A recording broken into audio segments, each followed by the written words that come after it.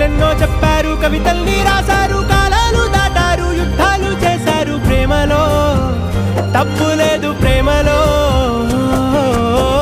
వేల వేల వెన్నెలంత నీదవాలి వెలుగునంత మోయమంటే నేను ఎంత రే.